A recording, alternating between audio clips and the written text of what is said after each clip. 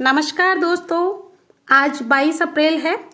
आज पूरे विश्व भर में पृथ्वी दिवस मनाया जाता है, जिसकी शुरुआत 22 अप्रैल 1970 में अमेरिका में हुई थी। आज इसकी 55वीं वर्षगांठ है। यह दिन पर्यावरण संरक्षण, जैव विविधता की रक्षा और पृथ्वी के साथ हमारे संतुलित संबंधों को पुनः स्थापित करने की वैश्विक अपील का प्रतीक है। मैं आज इसी विषय पर आपके समक्ष एक अत्यंत संवेदनशील और विचारोत्तेजक कविता प्रस्तुत करने जा रही हूँ।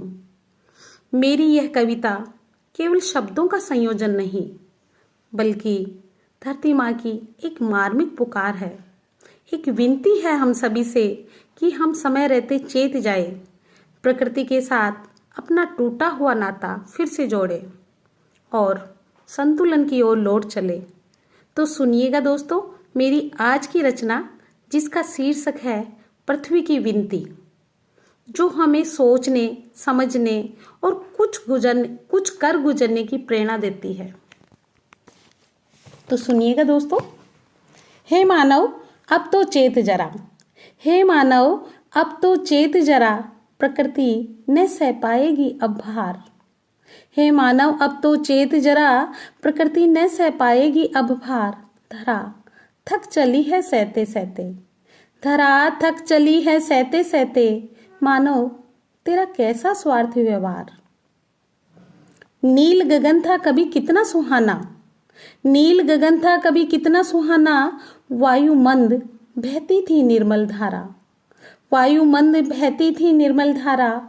वन उपवन में चारों ओर छाया था, वन उपवन में चारों ओर छाया था, शांति सुख और फैला था सौंदर्य अपार। धरती की गोदी में सब पलते थे, हर प्राणी के लिए थे जीवन के रंग, हर प्राणी के लिए थे जीवन के रंग। प्राकृतिक संतुलन था यहाँ कितना, सबको मिलता था अपना सुखद संग। आज धरा है बोझिल और बेबस, आज धरा है बोझिल और बेबस, विस्मृत सब क्यों उपकार हुए।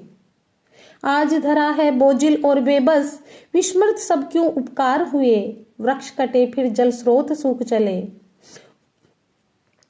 वृक्ष कटे फिर जल स्रोत सूख चले, पथ सब विषम क्यों जीने में दुश्वार हुए। तापमान तो अब बढ़ता ही जाता है, तापमान तो अब बढ़ता ही जाता है, हिमगिरी के आंसू ऐसे ही न बहते हैं, हिमगिरी के आंसू ऐसे ही न बहते हैं। मनुज के सुविधा भोगी स्वार्थ कर्मों से, मनुज के सुविधा भोगी स्वार्थ कर्मों से, सब पशु पक्षी कितनी पीड़ा सहते हैं, सब पशु पक्षी कितनी पीड़ा सहते हैं। इन मनुज दोषों से ही, इन मनुज दोषों से ही व्याकुल होकर समुद्री लहरें जब तट से टकराती है, जब समुद्री लहरें तट से टकराती है, फिर आती बाढ़ और प्रलयंकारी झंझा, फिर आती बाढ़ और प्रलयंकारी झंझा। धरा पर देखो कैसी कैसी विपदाएं लाती हैं।